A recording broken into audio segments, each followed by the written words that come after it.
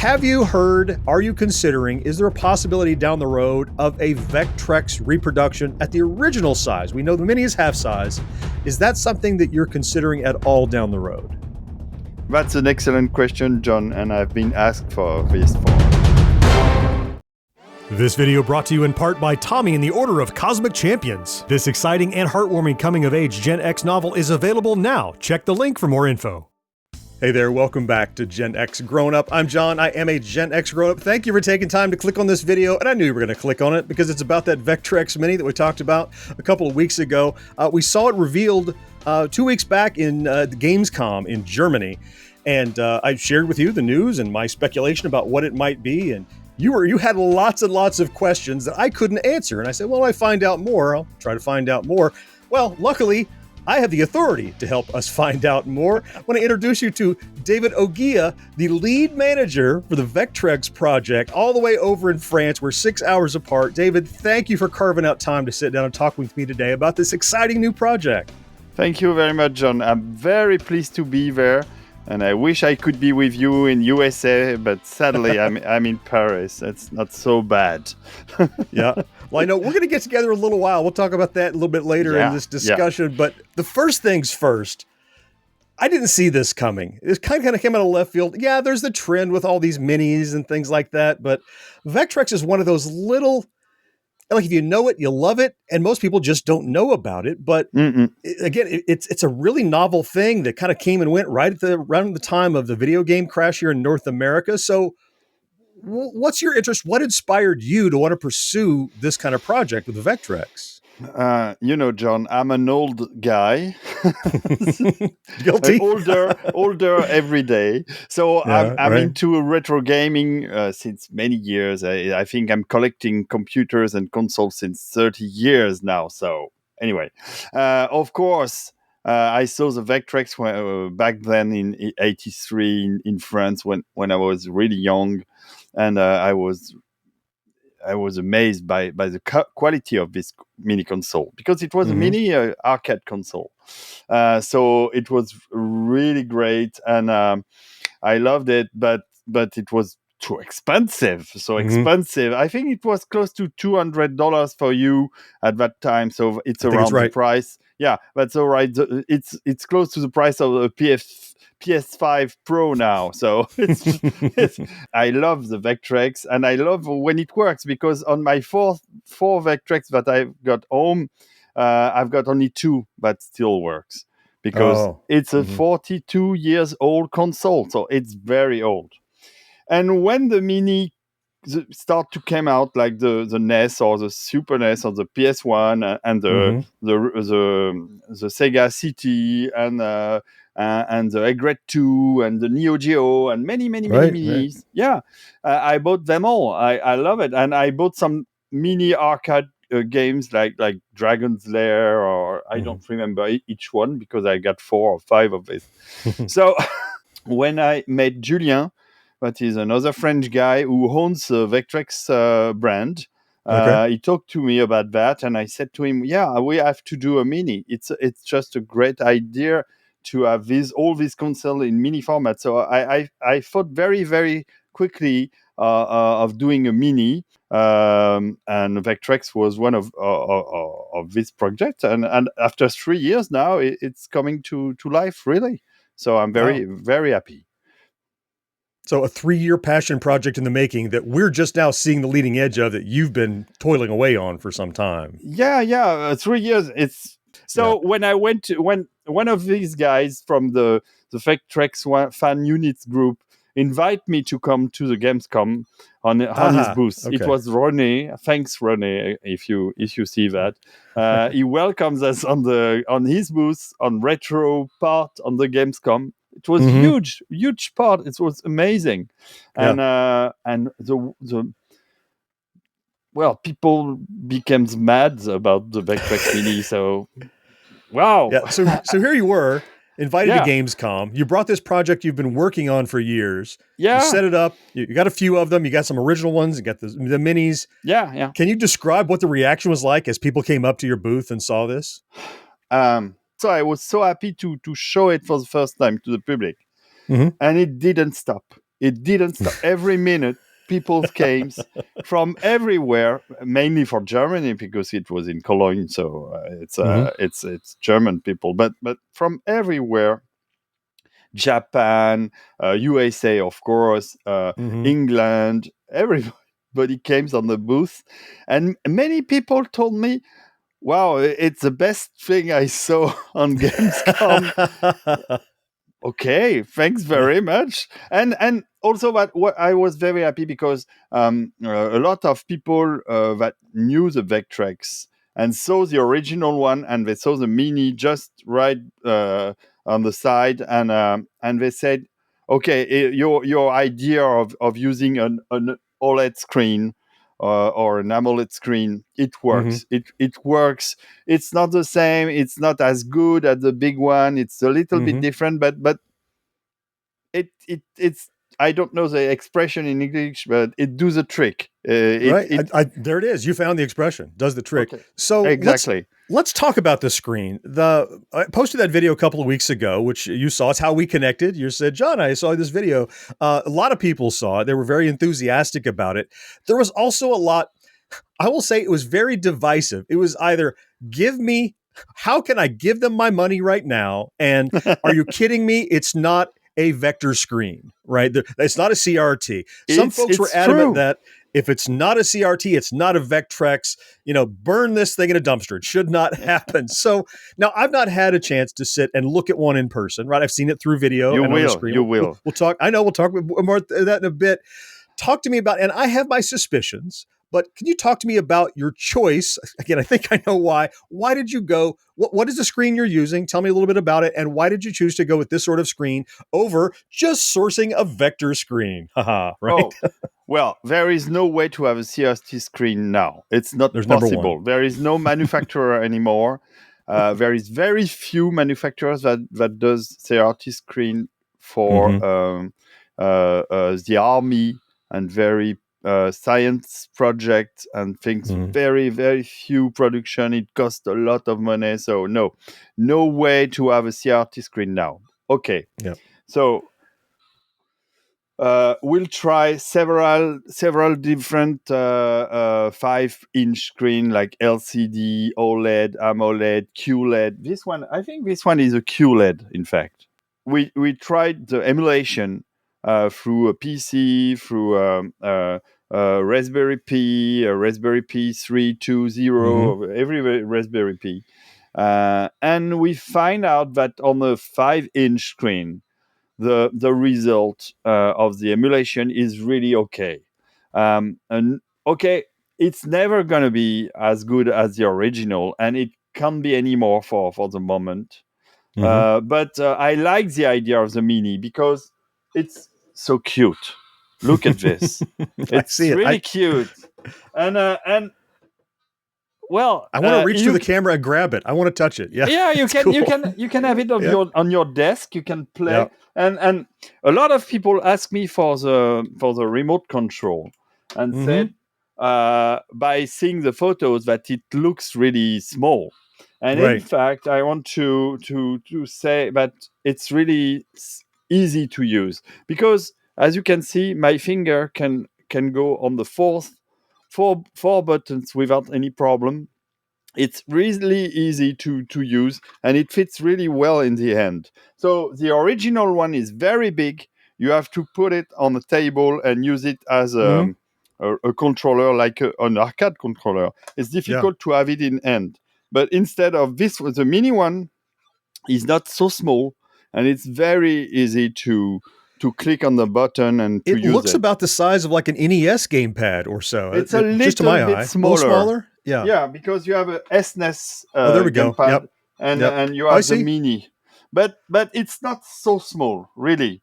And not only is it ergonomically about the right size, a little smaller than NES controller, that stick is also an analog stick, right? Just like you would have had on the original.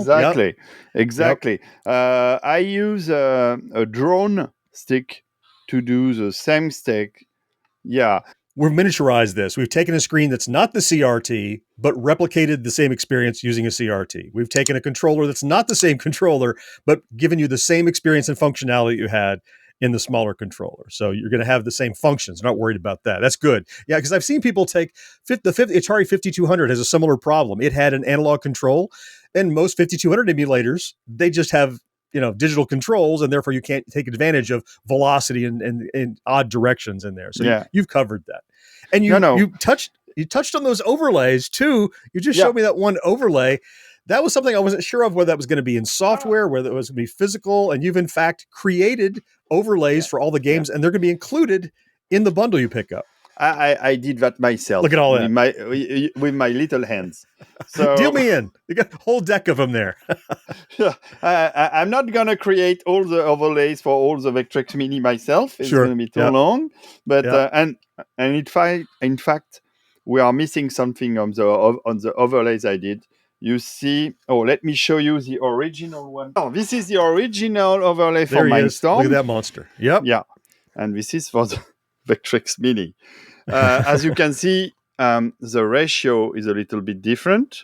And also you have white ink behind the original Vectrex because it makes those colors pop in the transparency. Exactly. Yeah. And I can't do that on the mock-up I did. Okay. But it will definitely have the same printing behind the mini overlays when we are going to do in mass production. But it does a trick, and people understand very well what we are intending to do on this one. Mm-hmm. So another question that came up a lot with viewers was, a lot of the Vectrex games were licensed. So I know you haven't disclosed what games, or maybe you haven't determined yourself what games are going to be included on your Vectrex Mini when it ships. How are you handling game selection? And what about all these that are like, a lot of them are owned by third parties that were licensed at the time by Vectrex? That's kind of a little bit of a pickle. How are you dealing with game selection? And can you share any of the games that you know for sure are going to be included at this point? Mindstorm going to be included. Okay, that's the baked-in game. We know that. You can't do a Vectrex Mini without Mindstorm. So and better, it's going to be Mindstorm 2 because it doesn't have the bug that exists in the original Mindstorm. I think it was on level 13. 14. Oh, anyway. Okay. The Mindstorm 2 is just the same without the bug. Mm-hmm. I want to have Spike. I have a complete list of GCE original games that have been developed for the Vectrex. And of course, there are some licensed games like Scramble or Pole Position or Berserk and other ones. So we are working on acquiring some license from big companies. So those aren't off the table. You are talking to publishers. No. Some license for the games are like Berserk or like Scramble. I can't say which one, but I really want to have these great games into the Mini. As we don't want to have any trouble with anybody, we are planning to rewrite every game as the same, but to rewrite the code to have our own code for each of the games we're going to select it. Oh, okay. Because it's going to be flawless for the Mini, and it's going to be and we could add on the splash screen our own brand and Vectrex Mini version. So we can add some, and we can add perhaps some more levels or some ideas. For example, Ripoff is a very nice game. I love Ripoff, but it's very difficult. First level is easy, second level, and at third level, it's becoming too difficult. So perhaps if we are rewriting the games, we can adjust the difficulty to be more playable for players, or have a difficulty selection at the beginning of the game. I was going to suggest that. I think some people want to remember the same difficulty they had, so an option to play it just as it was. But then maybe now we want to play it so it's a little more playable. So maybe correct the difficulty curve that was in there. As long as you preserve the original experience baked into that, I think fans are going to be happy. Yeah, but that's my idea. I don't want to change the way the games look or the gameplay is going to be exactly the same. I know that by now I think most people super interested have found this information out, or if they haven't, we're going to talk about it here. The number one question was, I said, when can I get it? How much is it going to be? So we know you're going to have a Kickstarter campaign that's going to be launching soon. So let's start talking about the campaign, your positioning and pricing, and what your plan is. It was approved just yesterday, so it's Congratulations. very new. Yeah, thank you very much. We are going to launch on the 3rd of November. So Kickstarter launching early November, finishing mid-December. Yeah. Then you're going to have about 10 months. So we're talking late 2026, probably shipping. September, I think. Yeah. Okay. Sure. Yeah. Sure. And base price point. I've heard people say, oh, it's got to be this amount or I'm not buying it. It's got to be this amount or I'm not buying it. I have a number in my head. So I think you've already announced. Yeah. What is the base price? The base price is going to be around 150 euros. So $175 around that. There will be early birds, Founder editions, only 99 euros, but for only 50 Vectrex Mini. So get in early. Yep. Right. Yeah, and after we got 250 at 129, and the rest will be at 149, 150. So get in fast if you want to get those bargains, right? I think this is gonna fund in minutes is my expectation. I might be wrong, but from the reaction I've seen, so you have this Kickstarter. We know a base price, we know a launch date, but as is often the case with a Kickstarter, and I'm asking a question I almost know the answer to, but I like to get to it in this way. Often there are extras that you can get in a Kickstarter, add-ons that you can do. Like, I'm a Vectrex fan. I'm buying the Mini, but wouldn't it be cool if you could also get ... whatever? Can you talk about I know there's like a special edition you're looking at. There you have some other add-ons. What can you share with me? I can share you that. So a special edition white one. Okay, so there's a shell. A white Vectrex Mini. So I'm working on that right now. Okay. This is a 3D print on the white Vectrex. So this one doesn't work very well. It fails. Okay. But I've got another one now, but succeeds. So I'm going to make a prototype of the white Vectrex Minis to show it to the people before the Kickstarter launch. All right, so special white edition. What else you got in add-ons? Oh yeah, many add-ons. Okay, lay it on me. We're gonna get a second a joystick. You can controller. An additional controller to link to the Mini, of course, but also it will come with a dongle, and a dongle that will look something like this. You see, this is a dongle.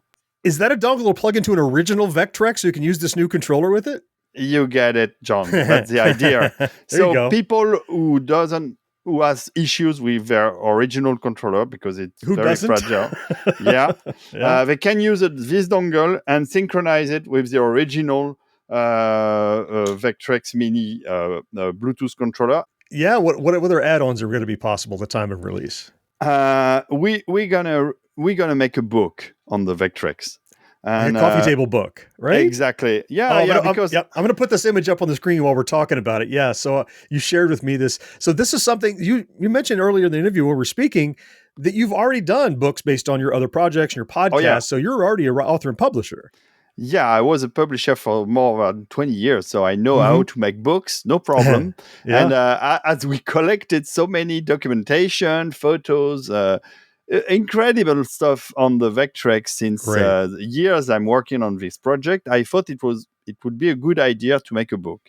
Did you share with me you're going to have some T-shirt designs too that you could add on, licensed along with this? Of course. Yeah, because there was a very nice Vectrex T-shirts a few years ago with a very nice design, but this T-shirt is out of order. You can't find it anywhere.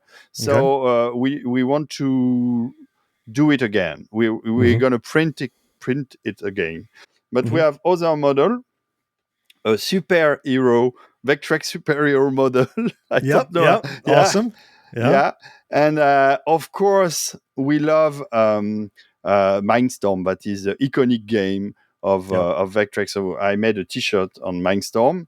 And the last one is going to be a Spike and Molly t-shirt, because Spike is a very nice game. I love the character, so we made a Spike and Molly shirt. So it's going to be really, really fun. The campaign is going to be, it's going to be a wallet emptier. Like if somebody's a Vectrex fan, they want to get the unit, but now here's an opportunity to get the history book, the t-shirts, the add-on. They want if you're that big of a fan, maybe you want the white one. It's going to be, I think it's going to be a big campaign for you. I'm excited to see how this pans out. And so let's talk John, excuse me. You know, I'm doing that like if I was doing it for myself. I'm a retro fan. I collect. You can see behind me there is a lot, but you don't see everything. But it is crazy. Once you have this little hardware, I know people love these little minis, but often what you do is like, this is amazing, and you get it, and it's just cute as a button, and you play it, and it sits on a shelf, and maybe you come back to play it in a while. Now, Vectrex, you might get a little more mileage out of because it's not so easy to play Vectrex games in other ways. But let's talk a little bit about what that hardware is going to look like, and something interesting you showed me to make it a valuable thing on your desk every day, maybe. Yeah, thanks. This one runs on Windows. It's a PC for the time being, and this one runs on a Raspberry Pi 3. So that's wonderful hardware, but it's really too much money to do a real thing. So we choose a solution kit. I think it's really nice. That's the ESP32 chip, and it runs really well. The emulator Vectrex. The name of the emulator is Vectrex. So we're gonna modify this emulator because it has some bugs. So we are going to correct it, and perhaps I hope we can release that after correcting it for the Mini. Perhaps we can release a new release of the Vectrex emulator without flaws, without bugs. Anyway, the Vectrex will have an ESP32. It will have a SD card reader, and on the back you will have a video out to connect the Vectrex Mini to a bigger screen or to stream your play if you want. There you go. Right. The ESP32 is Bluetooth capable. It can connect multiple Bluetooth device, and also it has a Wi-Fi capability. And I was really interested in that because if you connect the Vectrex Mini to the Wi-Fi, you can transform it into a clock. You can have it on your desk, and you can synchronize it with perhaps a Google Calendar, and also you have the weather info and the temperature and and, of course the time. So it transforms a little gaming device into a useful tool for your desk, and a nice tool that looks like a Vectrex. So I like the idea for the Vectrex Mini. That kind of elevates its use cases. Like, I want to play it, but I don't want to have it on all the time and people are playing a game. Well, I can have it at work on my desk. It's my clock and calendar. Exactly. And I can grab the controller and play a little and then go back to it. That's the idea. That's really cool. That's neat. Thanks. That's a great idea. I love the idea. So let's talk about its size. I have one more big question for you that a lot of people were mentioning in the comments of that video, saying, I love the Vectrex, and maybe they got past the CRT, which I understood why CRTs just aren't, make them, they're heavy, they're expensive, they're bulky, they fail, and you just can't get them made. But now we understand why it's the size it is. But they said the Vectrex was already mini. It's actually kind of a beast, but it wasn't enormous. Have you heard, are you considering, is there a possibility down the road of a Vectrex reproduction at the original size? We know the Mini is half size. Is that something that you're considering at all down the road?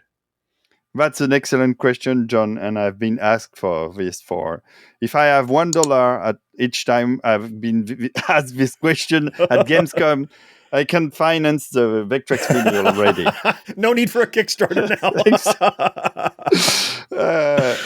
I love the question, and really, I have to say, if the Vectrex Mini works for the people, and if the campaign is successful, it's not gonna be the last.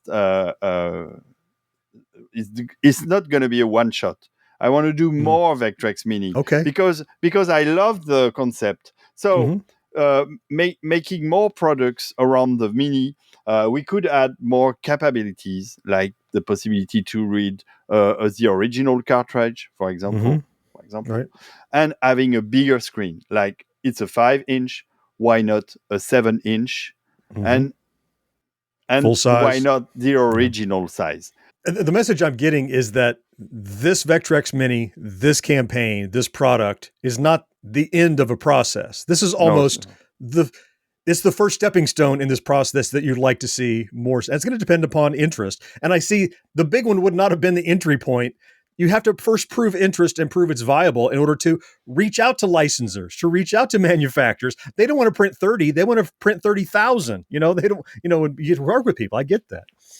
They sold like retro games. They are doing a lot of minis, C64, the Amiga. Now they are going to release the Amiga 1200 at real size. So and the Atari 400, etc. It's a really nice company, and they are doing really great stuff. But the first C64 sold 100,000 of pieces. That's enormous. That's we can't imagine reach that level with Vectrex. It's not possible because Vectrex is only few people knows about the Vectrex. As we come into the end of this discussion, I've had a great time talking with you. I really want to coordinate. The proof is going to be in the pudding. It's going to be. Here's what I would like to do. Very shortly, I'm going to have a real original North American Vectrex sitting on my desk. I want to be able, and I want to prove to myself, but I want to be able to show people who are interested in this what they are getting into if they get into this Kickstarter. So could I interest you in shipping a prototype to me in a few weeks in advance of your Kickstarter that I could put side by side and show people what we're getting into? Of course, John, that's really something I want to do. So I will send you a prototype. Okay. You can put that just side by side to the original one. Try it. Tremendous. It's going to be, of course, it's going to be a prototype. So it's not going to be complete. And of course, right. We'll look at it as such. We'll understand that. But as we show the first prototype at Gamescom, I think people were really convinced by the idea. So I hope you can show your viewers, your followers that your experiment of the Vectrex Mini, and we'll talk about that front to front in Portland, because I will be in Portland to I'll see you there. Show, that's right. Yeah, and we'll meet there and we'll talk about that more. It's great. I'm excited to see how this project turns out. David, thank you so much for making the time to sit down and talk. It's been just a pleasure. Me too. It's a real pleasure. Sorry, my English is not perfect. I'm a French guy, so we have a lot of difficulties speaking English, but I understand. That's so easy to understand the American accent. I love that. I have more trouble with the English accent, so I'm going to Blackpool at the beginning of October, close to Manchester, and I know they have a very difficult accent to understand. So I prefer your accent in the US. It's more easier. And perhaps also it's because I learn English by looking at TV shows like Star Trek: The Next Generation when I was young. Even excellent taste in gaming, excellent taste in science fiction. It's a double threat, David. I love that. Right. Thanks again. Thank you so much. Yeah, thank you, John. We'll talk again soon. Bye-bye. Yeah, bye.